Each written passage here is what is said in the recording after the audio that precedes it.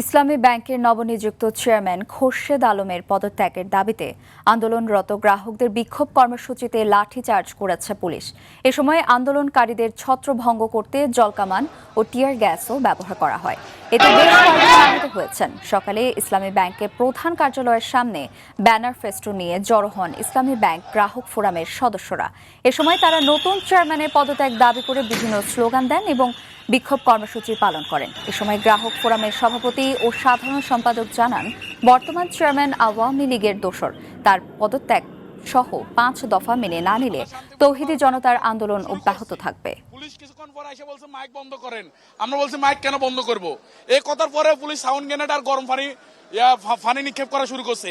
এইখানে সৎ লোক থাকতে হবে, যাদের দ্বারা 18 কোটি মানুষের টাকা হেফাজত থাকবে এবং প্রবাসী ভাইদের লক্ষ লক্ষ কোটি কোটি টাকার আমানত হেফাজত থাকবে। আমাদের দাবি একটাই, কোন এস আলম বা আওয়ামী লীগের দোসররে আমরা এই ব্যাংকে চাই না। দর্শক, এ বিষয়ে বিস্তারিত জানাতে মতিঝিল ইসলামী ব্যাংকের প্রধান কার্যালয়ের সামনে থেকে সরাসরি যুক্ত হচ্ছেন সহকর্মী বিপুল দেব রায়। বিপুল, আন্দোলনের সবশেষ কি পরিস্থিতি জানাবেন?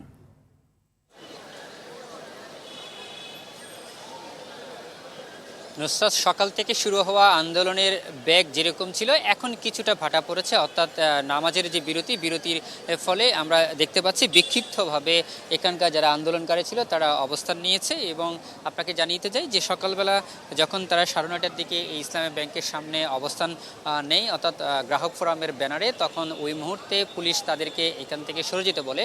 প্রশাসনের পক্ষ থেকে জানানো হয়েছে যে এখানে প্রধান কার্যালয়ের আশেপাশে আরও অনেকগুলো ব্যাংক রয়েছে এবং আজকে প্রথম কার্যদিবস ছুটির পরে সেই জন্য তারা এদেরকে সরে যেতে বলে হয়েছিল, কিন্তু তারা না সরার কারণে পরবর্তীতে পুলিশ পদক্ষেপ নেয় তাদেরকে সরে যাওয়ার জন্য। সেই জন্য জলকামান এবং টিয়ার গ্যাস নিক্ষেপ করা হয়। এবং এর প্রতিবাদে কিন্তু আমরা দেখেছি গ্রাহক ফোরামের ব্যানারের পক্ষ থেকে দফায় দফায় এখানে স্লোগান এবং মানববন্ধন কর্মসূচি পালন করেছে। এখনও পর্যন্ত তারা অবস্থান নিয়েছে, তবে বিক্ষিপ্ত আকারে আমি যদি ক্যামেরার চোখে দেখানোর চেষ্টা করি, এখানে তারা রয়েছে। সেই সাথে প্রশাসনের পক্ষ থেকেও অধিকাংশ বিপুল পরিমাণ প্রশাসনের লোকজন, বিশেষ করে পুলিশ বাহিনীর সদস্যের সংখ্যা বাড়ানো হয়েছে। এবং আমরা দেখতে পাচ্ছি পুলিশের যে জলকামানগুলো এখনও রয়েছে এবং যা যা প্রয়োজন রয়েছে সবগুলো আন্দোলন দমানোর জন্য পুলিশের পক্ষ থেকে ব্যবস্থা রাখা হয়েছে।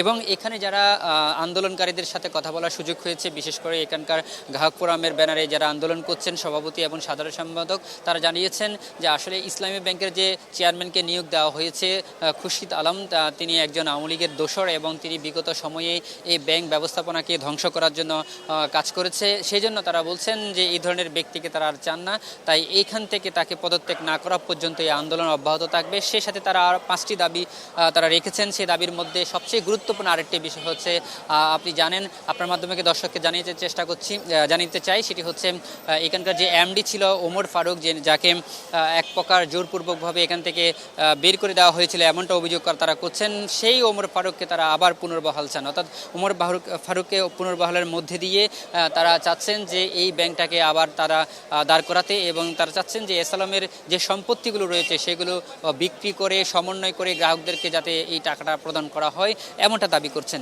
সেই সাথে আরেকটা বিষয় আপনাকে জানিতে চাই যে আসলে এই আন্দোলন বেগবান করার জন্য তারা বলছেন যে যতক্ষণ প্রয়োজন তারা ততক্ষণ থাকবে।